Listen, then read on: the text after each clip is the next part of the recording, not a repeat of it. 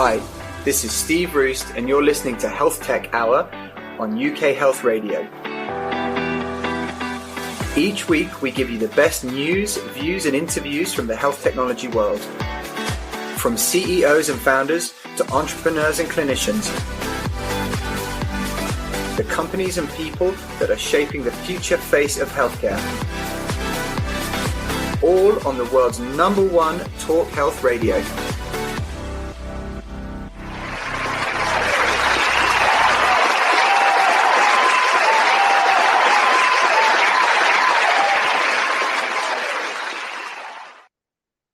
Hello and welcome to this week's HealthTech Hour with me, Steve Roest. Each week, we bring you the best news, views and interviews with the leaders, clinicians, CEOs, founders who are shaping the face of the healthcare revolution in the UK and beyond.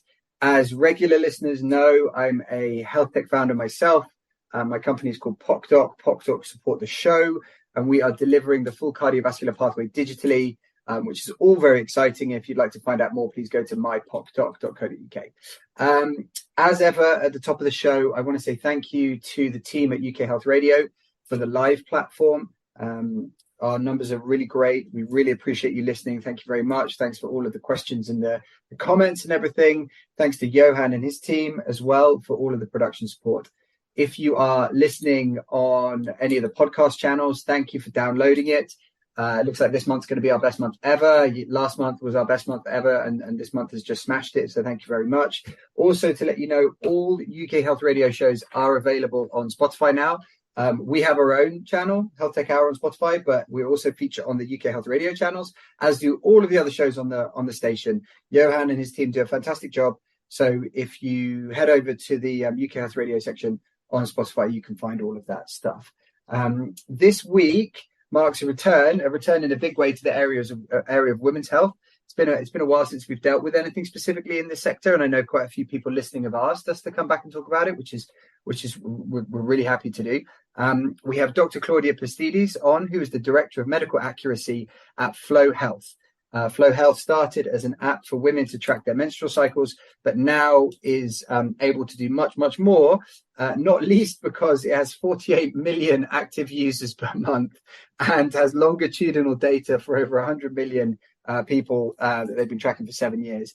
And that enables Flo to do some really cool things, which we'll get into, but also I assume we'll figure it out, but I assume it creates quite a puzzle sometimes for the Director of Medical Accuracy to make sure that everyone and everything stays on track. So Claudia did 12 years in the NHS as a GP, then was one of the early joiners at Babylon Health, now is at Flo, and in the middle of all of that, she found time to be a TV doctor with ITV.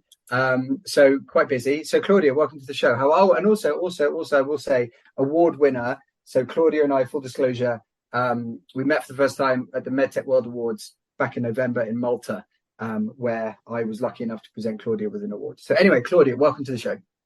Thank you. Hello, Steve. That was an awesome introduction. Did you mention that I also have 3 children and a massive dog? I didn't mention that because I didn't know. Sometimes we've had people who didn't want us to talk about their family, so I kind of wait for someone else to mention it. So fair enough. No, I didn't want to dox you. I'm introducing them as well. So okay, great. They are very much a part, and I partially introduced them because the giant dog is around, and he's normally very good on podcasts, and he's very good on work meetings and Zoom calls. But if you hear a lot of noise, I apologize. Well, probably to all our listeners, sorry about that. Yeah. I can say from experience, Johan loves a bit of background noise when he's trying to, do a live edit. So we love that. So no, all good, all good. So look, thanks a lot for coming on the show. It's really good to have you. I think, as I said before the show, I want to try and set the scene a bit to begin with, a little bit. So I want to set the scene a little bit with Flo, and then get into your background as well, because I think you've had a really interesting journey to where you are right now.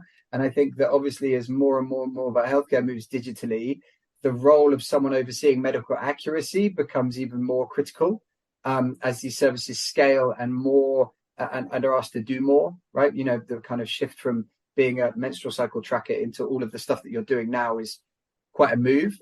So just so we're all on the same page at the beginning of the show, when Flo started, what was the specific problem that it was trying to address or did address? Like the very, very core thing that was causing problems for women? Yeah. So a few years ago, there weren't really very many period trackers about on the market. And we know, I wasn't involved obviously back then. I've joined a couple of years ago, but we know that this is something that is a problem for women because yes, you can have pen and paper and you can keep a note of it, but it's not the same. It's not the same as using some AI, tracking symptoms, being able to predict with really great accuracy, actually, when your next period is due. So at the core, it began sort of to provide a really user-friendly, really nice app that's just very easy to track, very easy to predict your cycle. And along with that, okay, it's great to track your cycle, but what about everything else around women's health, including what about all that information, all that content that would be incredibly useful to know? Yeah, great, your period is a little bit late. What does that mean? What is late? Is it more than 2 days, 4 days? For that individual, what's their normal range? And what does that mean if they're outside of it? Mm-hmm. It's more heavy this month. What does that actually mean? What could it mean? When should you go see a doctor? So there's this part of women's health where we know people aren't going straight to the doctor with this. You don't go to your GP and say, you know what, I'm 2 days late today. Is that late? It's very rare for people to book an appointment for that, right? I would also, in this day and age, I'm not sure necessarily they'd get an appointment all too quickly if that was the only symptom. That also. So who answers that question? Do you turn to Google, which is actually quite a non-specific answer sometimes? You could get quite a generic answer. Do you turn to all these sort of like online community platforms and get the experience of other people, but they're not necessarily medically credible? Or do you use something like this, which is an app that's medically credible? Everything is fact-checked. Everything is done with doctors all the way through from beginning to end, and get more individualized information. Let's put it that way. It's more individualized to your cycle. You are this many days late, and this is what it could mean. Mm-hmm. Okay. And what that all makes a huge amount of sense to me. Just again, to be, I guess, potentially more from our listeners who may not have necessarily tracked their menstrual cycle, whether they happen to be men or otherwise. Why is that tracking piece important? Beyond wanting to know and needing to know, why is it actually really important that women might want to do that or should do that or can do that?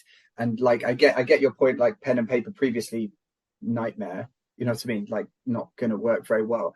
And I also understand digital technology allows you to track, but why is it so important that that is there, and that what problems did that specifically solve, or does that solve? It solves a few problems. One of the problems is the practical side. There's a very practical side to menstruation, which is that you can not know when your period is next due. You could be out somewhere and you're not prepared. There's that practical side. You haven't got your pads, you haven't got your tampons, and with this, you know roughly when it's going to be, sometimes pretty precisely when it's going to be. So there's that practical side of it. But also there's more to it than that, because for a long time, women's health hasn't been very, very well researched. And what we're finding is that the symptoms that you experience throughout your cycle are related to your cycle in certain ways. They can also flag certain medical conditions, for example, polycystic ovarian syndrome, having a very irregular cycle. Some people, or many people, I would say, don't know what the basics and what the normals are of a menstrual cycle. We don't learn it. The education at school is quite poor. You don't pick up an awful lot from friends, from family. It's been a pretty taboo subject to talk about. But when it's there inside your app, it's there inside your hand, and you can see and you can track and spot when things are changing, when your discharge has changed, when the length, the heaviness, so on and so forth has changed. That is incredibly useful, because then you can use that information. You can then go to your doctor and say, look, it's been irregular the last few times. Could this be something? And is that how it happens? That's the interaction then with the healthcare provider, which is like actually because you have that basis of data, you can go to them and actually have that conversation and feel more confident, and they can feel more confident in it. Exactly. And we have this doctor's report. It pulls in all of your data over the last 3-6 months even. And then you can see your patterns when you have particular symptoms. Like for it example, collates, over so the last 6 months. it like collates it into a nice doctor-friendly certificate or report. Exactly. Yes. Then you can take that to the doctor. But even before that, you yourself will see that there are changes, and you can then think, okay, maybe this in itself could be a trigger to go and to see someone. Because again, people think that period pain is normal. People think that PMS symptoms are always normal. And a lot of these things have been ingrained in us as being very much normal. And we wouldn't go and seek medical advice unless somebody says, actually, this cycle length and the variation, not normal. Actually, this period pain, this whatever, perhaps not normal. Go and see somebody about it and find out more. Right. And if you can't track it, then you won't know. Basically. Absolutely. Yeah. Okay. If you can't track it, you won't know. Yeah, okay. Well, thank you very much. I think we're all on the same page now, which is great. So let's just go back a few steps. You started working in the NHS as a GP. Yes. And what prompted that? What inspired you to be a doctor? Well, my parents are doctors. Is that a terrible answer? No, I don't know. A lot of people that feel the same. There's no yes or no. I don't know. I don't know. It's whatever the truth is, I guess. That's the truth. My parents are doctors. I have to be honest. I really didn't know anything else. I loved writing. Okay. I loved marketing, which always sounds really weird when I say that. As a child, I loved marketing. I really loved marketing. I loved looking and scrutinizing the packaging on everything and TV advertisements and being fascinated that you can take something and advertise it and promote it in all these various ways. So I really enjoyed those. But to be honest, I didn't really know anything very different other than medicine. My parents were doctors. My grandparents were doctors. I went down the medical route and I loved obs and gynae. I loved it. It was my absolute favorite. And my mum, who was a surgeon, but then converted and became a GP later in life, she told me I was absolutely bonkers and said, you will never sleep another night again. So I recommend, if you want to look after women and children, go do general practice. And I thought, okay. General practice that's for you. So what was it about obs and gynae that really spoke to you? It was a combination of things. I thought there's something very practical about obs and gynae. It was, this is it. This is the organ. This is what changes. This is what happens. This is how we fix it. Right. I really understood it. I felt like I understood it very well. Okay. I also had various experiences earlier in childhood with family members, also with myself, where I found that there was such a huge gap in knowledge around menstrual health, women's health, and I wished that I'd known more, or I wish my grandma had known more. So this includes, gynecological cancers, and so on. So that also, I think, is partly what also drove me towards it. And obviously, I loved pregnancy. I really enjoyed it. It was a very positive, albeit sometimes terrifying vibe. It was wonderful being in the delivery room. I got a real buzz out of it. Yeah. So it was a nice specialty. Okay. And so how was your time in general practice? I guess that's kind of, quite a broad statement, but, good bits, bad bits, Yeah. Began great. I loved it. As a junior doctor, I thought it was the best thing since sliced bread. I also discovered in my GP training, I loved mental health. And it was great to be able to, a good significant chunk of the workload was mental health. So I absolutely loved it. The more senior I got, the more I guess I worked and the more exposed I was, and also the more solo I was. I don't think there's nothing ever to me has felt quite as solo as being a GP, and it's you and that patient, and it's one after the other coming in, and it's your brain and your decision. And once they've left your door, they've left your door. They're not on a ward. There's no monitoring. Right. There's no immediate investigation. So that was great. And there was a great challenge, but at the same time, the more senior you become in general practice, the more of that responsibility that you have. And it became it became really difficult, really draining. This burnout that people talk about, I very much experienced burnout emotionally, physically, absolutely everything. Put that together with 3 small children as well. I had 3 under the age of 4 at the time. Wow, that's tough. Finished training. So it was really difficult, very stressful. Began great, towards the end, really hard. And do you think that, like, when you were there, were you starting to see some of the warning signs that are now sort of coming to fruition? Coming to fruition is not the right thing, not the right phrase, but sort of the emergency situation that we have now in the UK at general practice. Yeah, I feel like I was experiencing that even then. I feel like this situation even then. I feel like I was so overwhelmed and so busy, and that the best time that I can think of is firefighting. I was firefighting a lot of the time. So to imagine that things have gotten worse, I'm obviously not in the UK anymore. I relocated to Cyprus, so I don't know. I keep up as much as I can, but I don't know how much more it has changed. But to hear that it is very difficult right now, I know how hard it felt even 5 years ago. So I can't imagine, if it's harder now, how it must be for people. What would have, I don't know, did you see anyone when you were a GP or in your practice where you had someone coming in using Flo or had come in and been like, this is my information, or like, had you been exposed to it at that point on like the front line before you sort of started working there? Yes. So to Flo, I had, in that respect, when I was an obs and gynae trainee, well, not trainee, doing part of my GP training, obs and gynae, yes.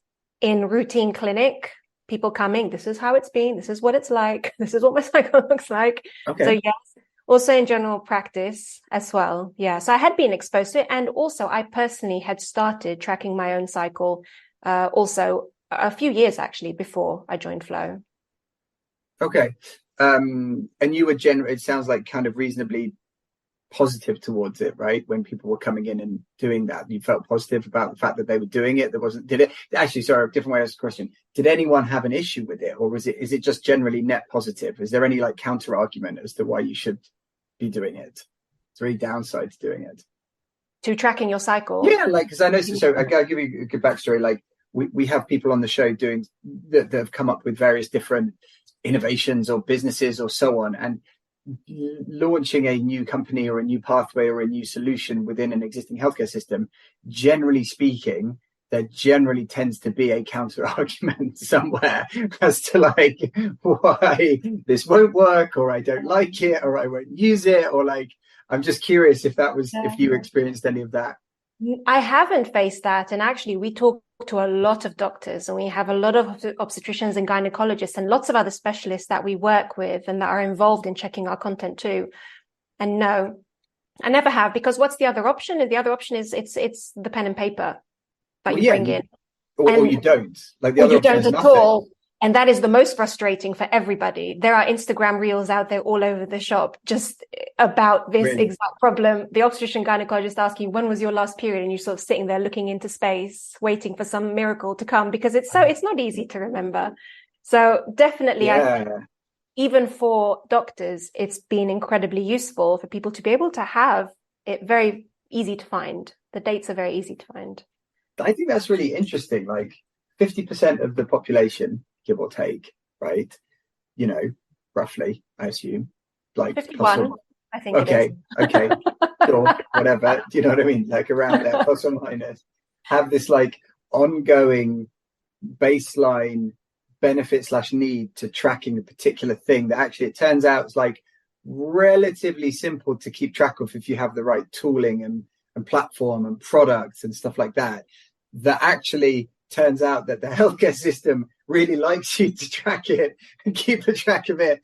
And like, it's a bit strange that it like took until whenever it was that Flo and the other tracker started to, where it took until smartphone technology, I guess, sort of took off for it to be able to be done. I just think that's kind of interesting, right? Like we lived for hundreds of years without there being any other solution. And, you know, women were just sort of left to kind of suffer and swing in the wind.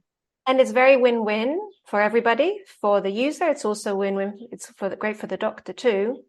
And that's why it's such a popular app, and it's so hugely downloaded and does so well. I think that's really interesting, actually, because, you know, and we've experienced this at PocDoc, and I'm sure loads of innovators in the health technology space have felt it. You know, like, for example, I know the company you went to, Babylon, had this, right, where they were one of the pioneers around virtual GPs, right? Like on the paper, people should like that, but there was a very strong cohort of people, GPs and healthcare professionals, that really did not like that, you know, and they were really against that for quite a while. Whereas in this instance, it kind of seems like everyone's sort of like, yeah, this just makes a lot of sense to do. There's not really a huge, like, I don't know, counter narrative to it, which I think is really interesting and unusual. Yeah, it does make sense. And you've got to do it well, though. You need to have doctors involved. There needs to be a lot of thought, a lot of research behind it. But absolutely, if you've got the right people there at the table involved and ideating these ideas and putting it together, then yes, it's brilliant. It's a wonderful solution. So many people I know are using Flo everywhere I go. Well, at least one person in that room does. Yeah, so. It's quite, it seems to have quite a lot. But before the show, I kind of asked around in a not weird way. You know what I mean? It's not like you want to be like, just checking in with you, what tracker you're using. But it was fine. It was all fine. And generally there seemed to be a pretty high awareness of it. But we have to go for a quick commercial break now. But after the break, I want to pick up on that very specific thing that you said, which is, yes, it's good to do, but you have to do it well. There have to be doctors involved and so on and so forth. And that, like, more digging into this role of medical accuracy, because I think that topic particularly is very much part of the current zeitgeist, which is you can find a huge amount of information out there across a range of different things. I know we're talking about one specific thing now, or a sort of subsection of things around women's health, menstrual health, reproductive health. But actually, why is it critical that you have that role in any of these type of businesses? So I think we can get into that after the break. We'll be back after a quick commercial break with Dr. Claudia Pastides, the Director of Medical Accuracy for Flo Health. We'll be right back. UK Health Radio, the station that makes you feel good.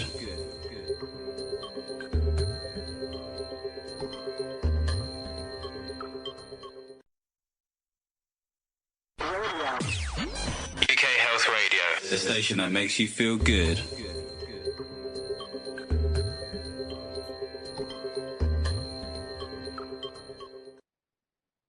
Hello and welcome back to this week's HealthTech Hour with me, Steve Roest, and my guest this week, Dr.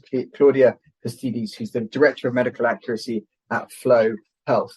Right, so before the break, you said something which was that tracking is universally considered to be a good idea around menstrual health, but you have to do it well, you have to do it properly, there have to be doctors involved. Could you elaborate a little bit on exactly why that is the case and what exactly that role is within Flo that makes it just more than just a tracker? So why you need to have doctors involved or how like when, I'll let you answer the question. I'm sorry. Yeah. Carry on. When is all the way, everywhere, in every single part, and even from the ideation part, coming up with ideas and thinking, what would be a great feature to add? What would be a great piece of content to include? It's a great idea always to have someone medical because they have a very unique perspective. They are people themselves and they have experience, obviously, as human beings themselves. Yeah. But they also have that amazing added value, I believe, of having looked after thousands and thousands of people, thousands of unique individuals in whatever healthcare setting that they were in. So I think it's really useful to have a doctor involved somewhere in the earlier stages too, when it comes to health tech related ideation, content, whatever else. But also checking, because ultimately you put all these amazing creative brains together and you get all the engineers and you make something fabulous, but you need to make sure that that end product is safe, that it's accurate medically. And it's very rare for everybody else in the company to also have a medical degree. There aren't going to be lots of people who are multi-skilled, are engineers and have a medical degree, so can understand from the engineering side, but from the health side as well. So you need to have doctors involved to check as well at the end, even before you release, long before you release, various iterations along the way. Is this right? Could this be done better? Is it as accurate as possible? Is it based on the best quality research? Is it guideline based? And what is the risk? Like, what is the actual risk to this individual? Because you imagine, I always say the same thing, but you press send on, let's say, an article, because articles are predominantly and content is predominantly what I work in the app. You press send and you send this article to those 48 million monthly active users potentially will put their eyeballs on that article. Yeah. Is it safe? Is what you've said there as safe as possible? Is there any medical risk to that? Have you thought about it well enough from as many angles as possible to suit as many individuals as possible? So I believe. I think that's really interesting, right? Because that must lead to some really interesting discussions, because there's sometimes there's a definitive answer, right? Like, I don't know what it might be, but there's something where it's like clearly black or white. But I would imagine in a lot of instances that's not necessarily the case. And so it might be the case for 60% of the audience, but not for 40% of the audience, or like under certain circumstances, yes, and certain circumstances, no. So how do you kind of deal with that? It's one of our biggest challenges, because also we're global, right?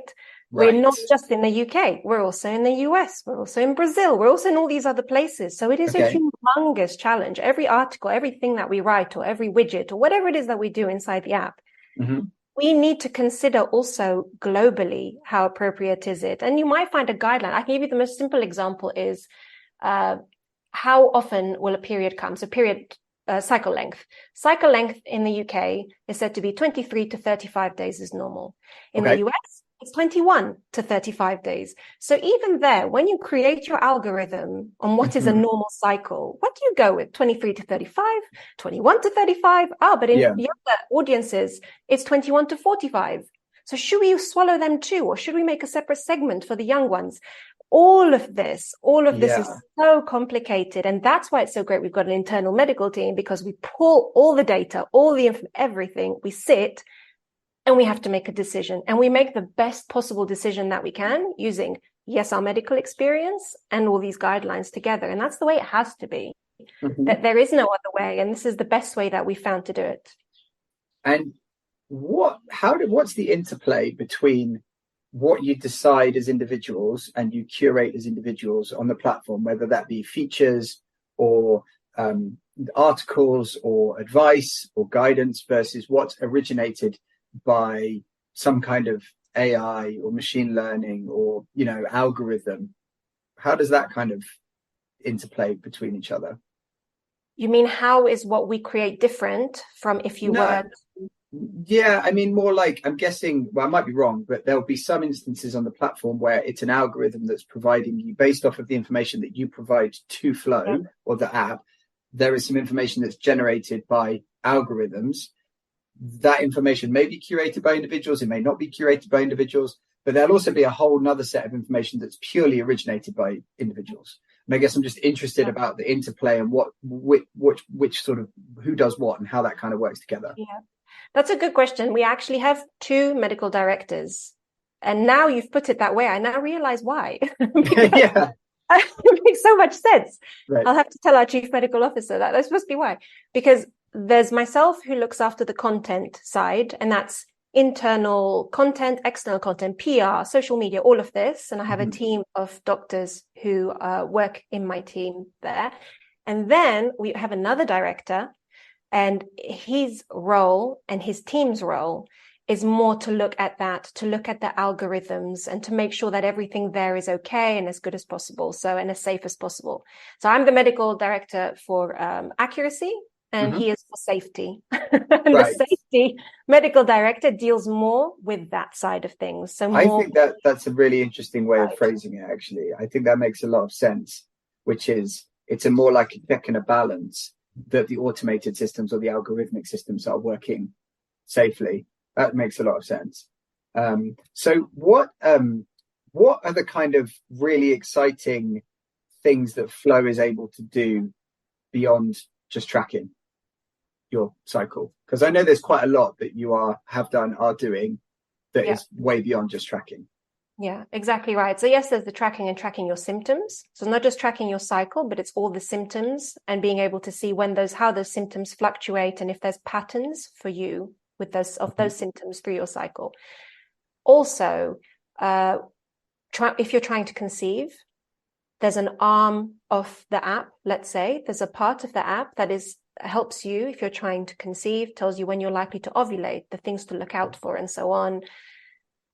There's also the pregnancy side of the app, and this will mean from when you realize that you're pregnant all the way through to delivery. You'll be able to see how your baby's developing and what's happening to your body as well, and what may be normal, what may not be, and so on and so forth. So there's that part as well. We've got a teens part too. So the way we speak to, and like I mentioned, what is a normal cycle for a teen? It's different from what is for a non-teen. So the algorithms there are different. The content there also is different. So these are some of the things, but all of these are based more around tracking and numbers and data. Alongside that, we've got articles. And alongside that, we also look at patterns too. So we look at the patterns of the symptoms, and you can see on the home screen, if you scroll down, you can see that in this particular phase, you've logged the last 3 months, this particular symptom every time. And that can be really useful as well. Is it normal for me? Is it not normal for me? Or shall I take this to my doctor? We've also got, because I think this is really important when it comes to health, is yes, your doctor or your app can tell you all of these things, but sometimes you want to speak to someone else who's in the same boat as you, whether they're pregnant, trying to conceive, just tracking their cycle. So there's a community part also to the app, and it's an anonymous community app where people can post whatever questions they want, have a chat with each other, and just have a general laugh. It's a great place to look for a lot of really, really great entertaining comments, but also people support each other a lot through all these various stages of life. And I think that's also really important. It is moderated. Yes. I was going to say, Well, we've got a medical advisor that's dedicated to that whole side of the app as well. So we're very careful. We have medical experts comment as well. So you'll say somebody will ask something, we will often have a medical expert's comment pulled into the very popular, the more busy threads to sort of lay the ground. Actually, this is the case. This is what medical evidence says, or this you need to know as well. Okay. So yeah, there's that part also. Have I missed anything? It's quite a big list. There's loads of social media. Okay. Loads of social media. All right. There's a lot. Okay. But do you find, interestingly, do you find, that's probably, I don't know, in the markets that you're in, which are UK, US, Brazil, you mentioned a few, do you actually have to try and persuade any women, or persuade women more generally, that tracking is a good idea? Are you still having that conversation? Or is that sort of a bit of a done and dusted one, and it's more about how and where and what they use and keeping up with it? Or like what, I'm just curious about what sort of stage you feel like the situation is at. You know what? I wish I had the stats to hand. The stats that I can remember, because I don't want to tell you wrong information, but the stats I can remember is that in not young teens, 18 to 19-year-old teens in the UK, 1 in 2 use Flo. I hope I've got that right. But 50%, which is amazing. And that to me shows you, and that's use Flo. The other 50%, I don't know what else they use. But that's incredible market penetration. That's incredible. But I doubt these other 50% use nothing. I think actually they also use something, just perhaps not Flo. So I don't think we need to have that conversation, certainly with, I don't want to say younger women, because I consider myself very young, but certainly with women. We won't get into that one, but yes, let's just say yes. Women under the age of 30, we don't really need to have that conversation with. And the market penetration there is pretty awesome. Women over the age of 30 or over the age of 35, I think we can still have that conversation. And what's most interesting about this group is that they are the group that in many ways are most interested in tracking and knowing what's going on and feel like they want to be really in tune. But for whatever reason, they're not using apps as much as the younger, again, inverted commas. I mean, if you've got, if those numbers are, I assume they're the truth, but and this might be the case, and I just don't know, which is possible. But are you working with the NHS in any way, shape, or form? Or because obviously, I know that they just did the first digital therapeutic, which was Sleepio. I'm like, again, don't know much about this market, if anything at all. So I don't want to sound like a complete muppet, but I would suspect that if 50% of women under 18 are using this to manage their cycles and so on and so forth, there's just an inherent benefit there. And so I guess I'm just curious as to whether you feel like that's a pathway or not really. I'm not sure if this is something that's been explored, actually. It's kind of interesting, right? It's like, I don't know. I mean, obviously they don't have cash to spare, clearly, right? But you know, I just I think it's kind of interesting because clearly huge volumes of people are using it or using some form of tracking. and there must be some kind of health benefit, mental health, physical health, that then has downstream impacts and benefits in the healthcare system. I just think I don't know. I think it's kind of interesting. I don't know. Yeah, it's true. And I'm sure you're right. You have to remember also that the tracking functionality of the app, so the very core of it, is free. Anybody could use it freely. There's no cost. So you can download that. Right. You can use it to track your cycle freely anyway. And you're able to take that to your doctor, and you can look back through your cycles and see when your last period was, and so on and so forth. But the complementary stuff, like a lot of the articles, I completely forgot to mention, we've got chatbots. We've got these virtual assistants, and Sadiq will kill me because these are his baby. Okay, sorry, Sadiq. He's the medical director. The medical director of safety. You'll have to get him back to balance out what Flo's actually about. So these bits are the paid parts of the apps, access to the content, the chatbots, and so on. But the tracking side of it is free. Okay, and so with the group, I don't know if you saw, but there was some articles published, I think last week, around Childline in the UK, which is a big charity, children's charity, and they were coming in for some criticism because someone had done a meta-analysis of their online forums around they've done some meta-analysis, and I can't remember the statistics, but the general gist of it was there were younger people presenting with questions around gender identity, and that they were being coached, or allegedly coached, in lots of instances in supposedly moderated forums around certain decisions around gender identity and things like that. How do you guys think about sort of safeguards and things like that for that team community, or can they not access to forums, or how do you guys think about that stuff?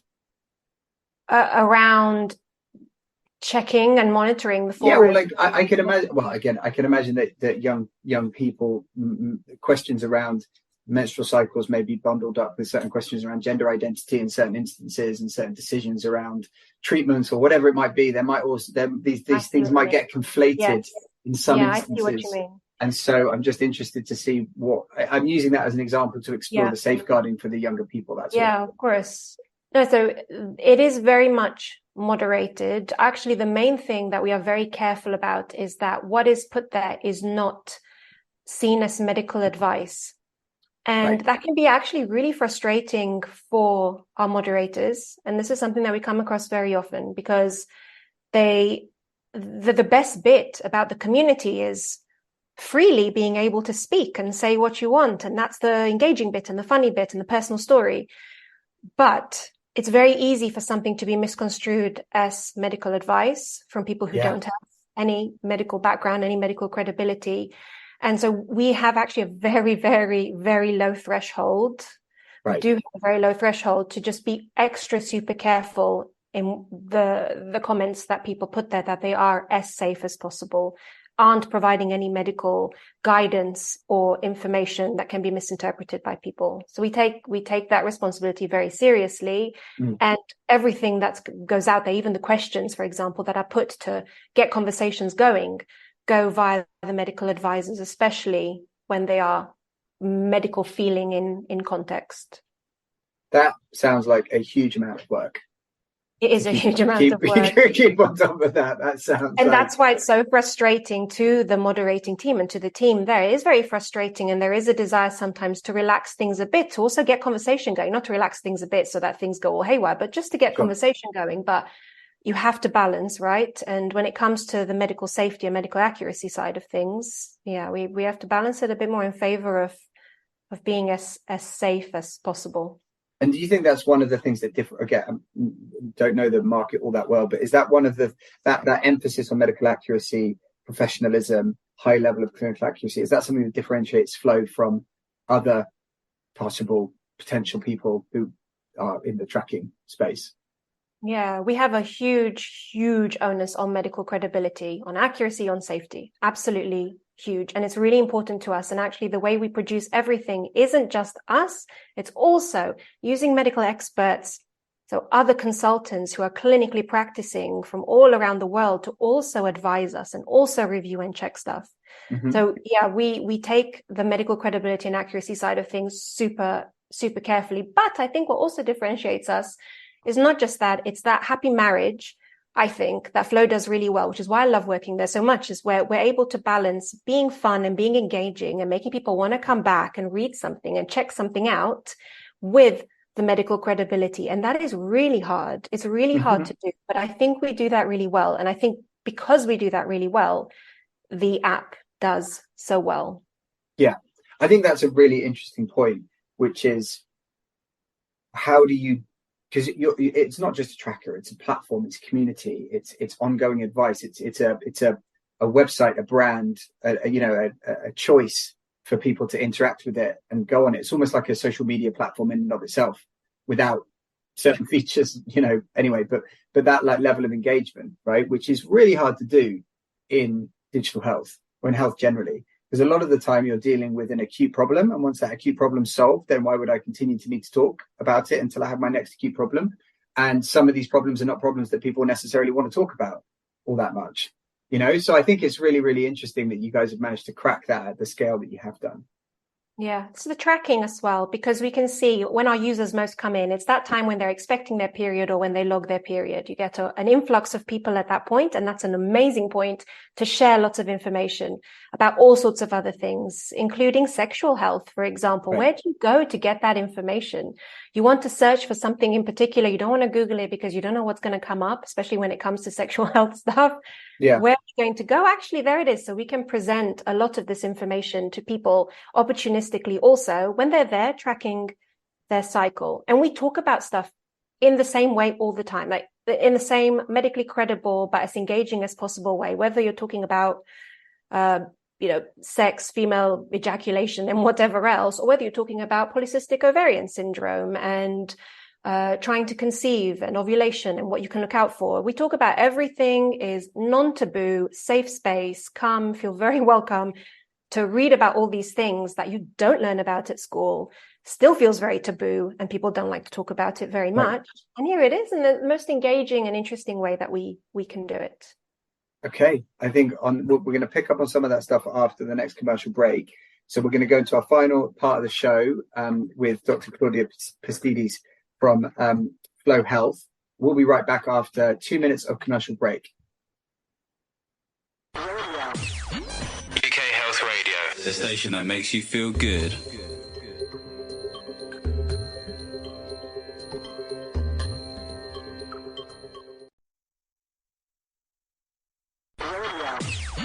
UK Health Radio, the station that makes you feel good.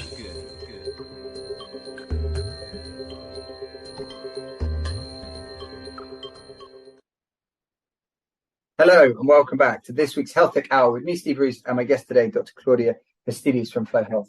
This is the final part of the show. I want to kind of pick up on a thread from just before the break where you sort of explained that Flo Health was a platform where people can come and talk about or learn about subjects that might be taboo or they might not be taught about in school, or their parents might not want to talk about it.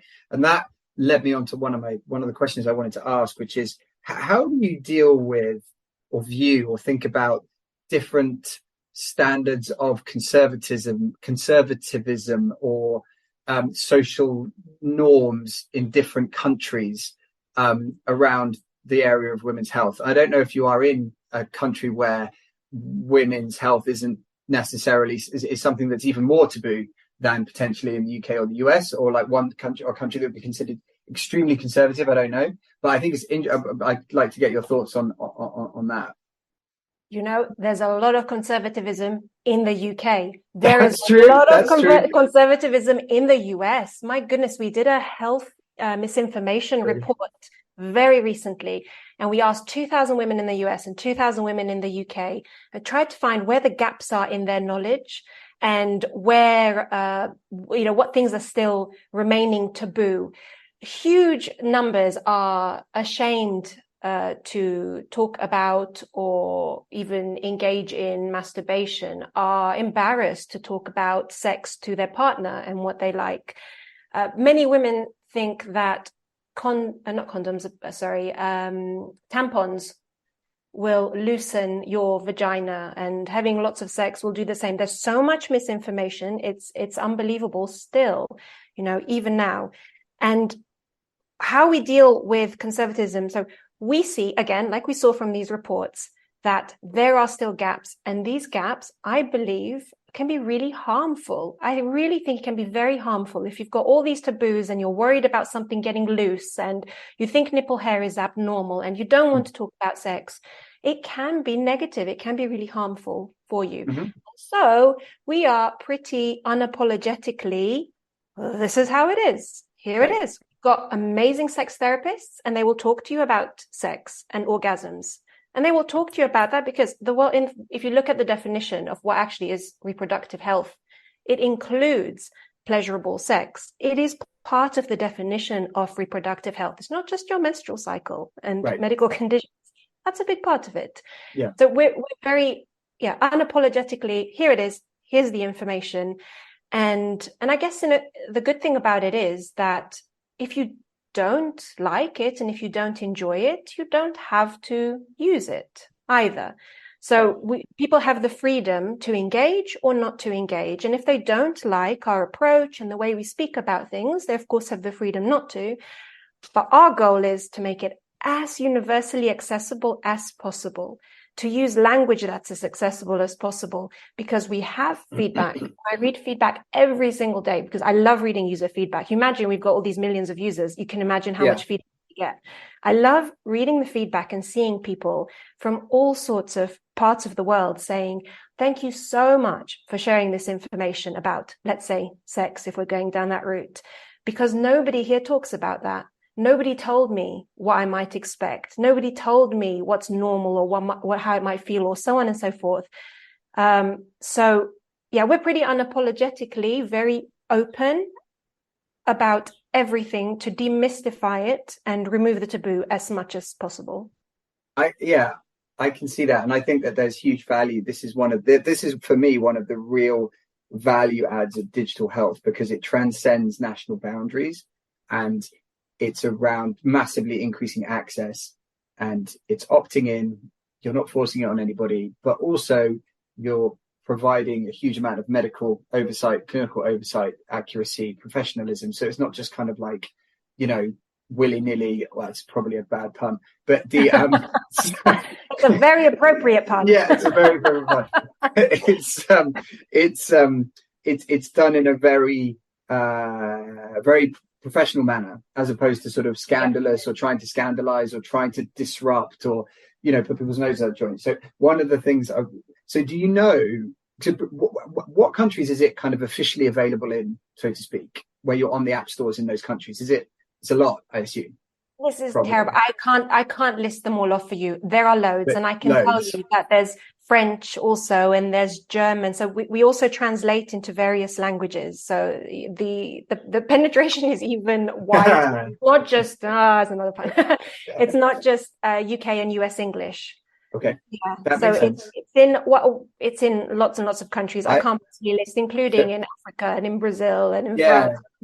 All over. So I would suspect, but I don't know, that you've got people in countries where it's probably not available on the App Store, but they're accessing it through a VPN app or something like that, like Saudi or, some of thit's places that are more traditional. And, I bet you there are people doing that, because otherwise, how do you find out about this stuff? To your point, like it's not like you can go and necessarily have a chat, with people about it in the coffee shop. I don't know.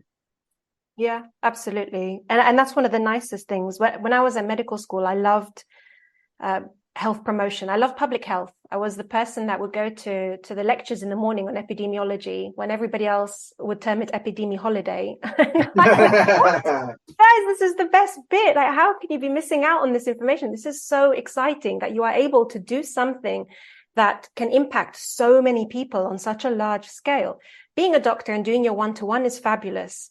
But also, there's something great about being able to step back, look at the wider picture, and do something that can impact so many people in one go. And that's what I love here, is that you are able to, with all your thought and all your creativity, create something that can be positive for somebody's health, positive for somebody's female health. And we researched this, and we can see that almost 90%, I think it's 89% of our users feel far more knowledgeable about their menstrual health once they've used Flo. 85% of pregnant users are much more knowledgeable about pregnancy after they started using Flo.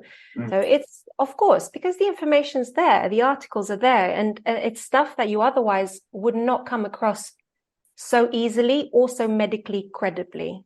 No, I also think there's an element where ignorance is sort of inherited, or in the sense of, you know, if your mother or your, you know, older aunt or whoever you would deem as the people that you would otherwise get the information from, if they don't have the information to begin with, then, you know, that kind of flows downwards in the same way that you might not be able to pass it on downwards either. So this represents a really good way to get access to that information. Yeah, absolutely. And misinformation is passed down. Yes, that's true. Yeah. Who can you speak to, and how easy is it to speak to somebody about this stuff that unfortunately is still being considered taboo for so long? Periods are still depicted very often as blue in many places. You can't even see that it is red, in case, I don't know, you offend someone. I'm not sure. Right. You know?